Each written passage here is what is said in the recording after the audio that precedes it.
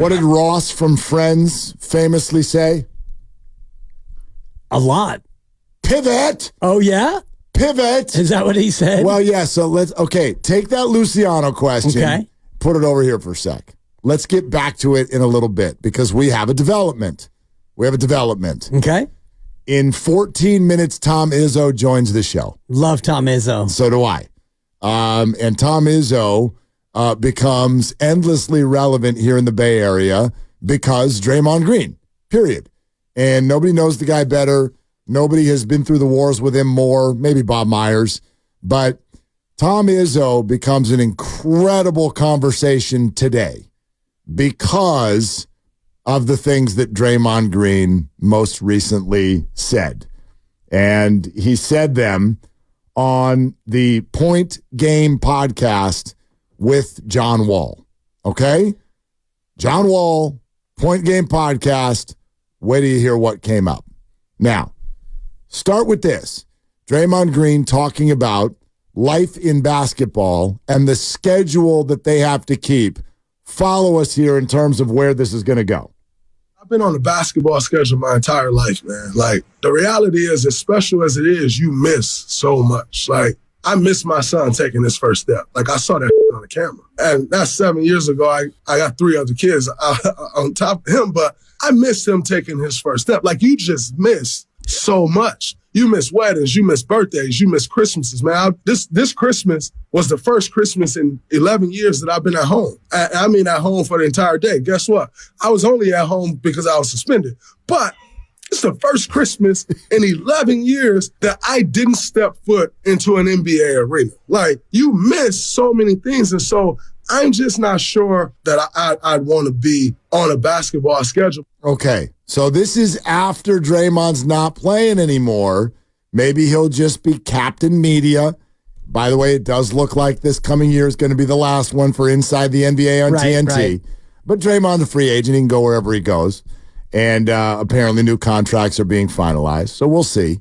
But keep that one in mind. Okay. Draymond hesitates about being on an NBA schedule for the rest of his days. And it's not lost on me that the one time he was able to spend Christmas with his family was when he was suspended. Yeah. So let's just keep that in the back of our mind as we go forward. Okay, let's keep that in the back of our mind. Now, that led to this comment where he shares a conversation that he's had with Warriors owner Joe Lacob. I will say I'm honored, man, with the conversations that I've had with Joe Lacob over the years and him saying to me, like, yo, when you're done, I can see you one day coaching this team when Steve's done. Like, I can see you working with this team. Like, I would love to see that. That means the world to me because that means the man that owned the organization that I play for is watching me play basketball and saying, this guy can one day coach my team. Like, big business. These assets are not small, man. Like, if you're gonna trust somebody to coach your team, that's not small. That's not a small thing.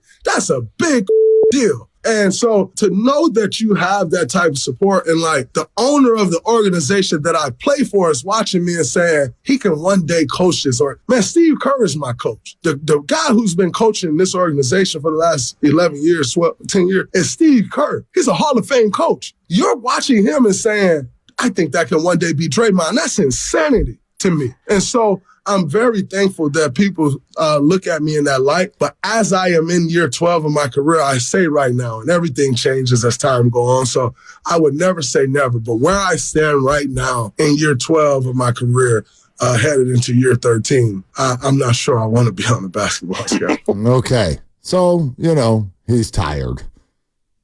But everything changes, as he says. Yeah. I have no doubt that it might. Maybe he's just going to be new media Draymond. I think he does it very well. I think he can be a huge star in that arena. But Draymond, the coach, Tom Izzo joins us in 10 minutes, and he will answer that question better than anybody on planet Earth. What kind of a coach would Draymond be? Can he coach at the highest of levels? But first and foremost, Dan Dibley, your thoughts.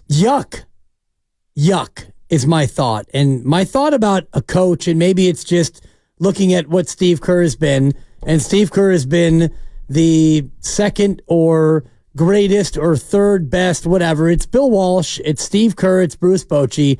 Those are the three. And if you want to do a Mount Rushmore, you can find your fourth, and I'm here for it. And we can wait until the All-Star break when we have more time, and we can get into all of that. But for me, when it comes to a head coach at that level, it's more than just basketball IQ. And Draymond's got more basketball IQ than maybe any other player I've ever seen in my life. But part of being a head coach is leadership, it's mentorship, it is sportsmanship, it is stewardship. It's a lot of ships. And of all the ships that Draymond Green has, those are 4 ships that I haven't seen from him in terms of what we need, what I think you would need to guide a multi-billion-dollar organization. You need somebody to be able to step to the microphone and show that sort of maturity after a loss and be able to not speak your mind, even though you want to speak your mind, and be able to lead somebody who is a younger player who maybe isn't doing what you think they should be doing. There is a certain way to go about things in the modern NBA as a head coach, as the face of your franchise, as a CEO, and I don't think that Draymond Green can be that guy. That's interesting. I think Draymond's brilliant in front of a microphone. I don't think. But how is he brilliant in front of a microphone? Speaking his mind and giving opinion, not being not being deferential and playing the game of, well, we're going to take it one possession at a time. Why do you have to play it like that? You don't have to play it like that. Like, I've never seen Draymond Green sell teammates down the river in front of a microphone, and that's largely what you have to do. What does Steve Kerr always do with us? He's got his guys back. Exactly. No matter what. I think Draymond has done that in front of a microphone. I mean, quite frankly, even at his absolute worst moments, what Draymond does, and it's reached the point where maybe it falls on deaf ears, but what Draymond does, he'll show up a week later in front of the microphone and say the right thing. He'll be totally apologetic. A week later. Right.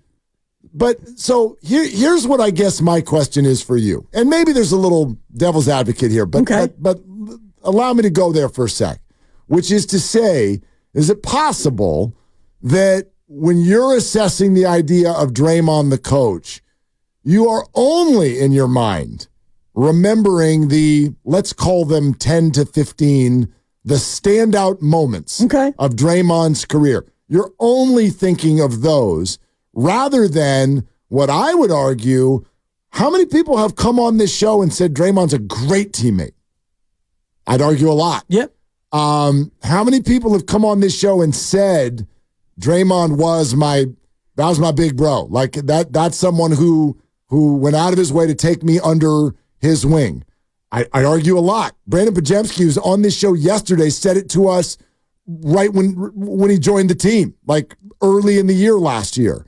So couldn't I argue that a lot of the characteristics you just mentioned, he does have those, but they get forgotten because of the high-profile other stuff? Yeah. And what is that other stuff that we're talking about? Stuff that has happened, I would largely argue, in the emotion of playing basketball, which he wouldn't be doing anymore. Okay, including punching a teammate in practice, which was, playing the emotional playing basketball. Yeah.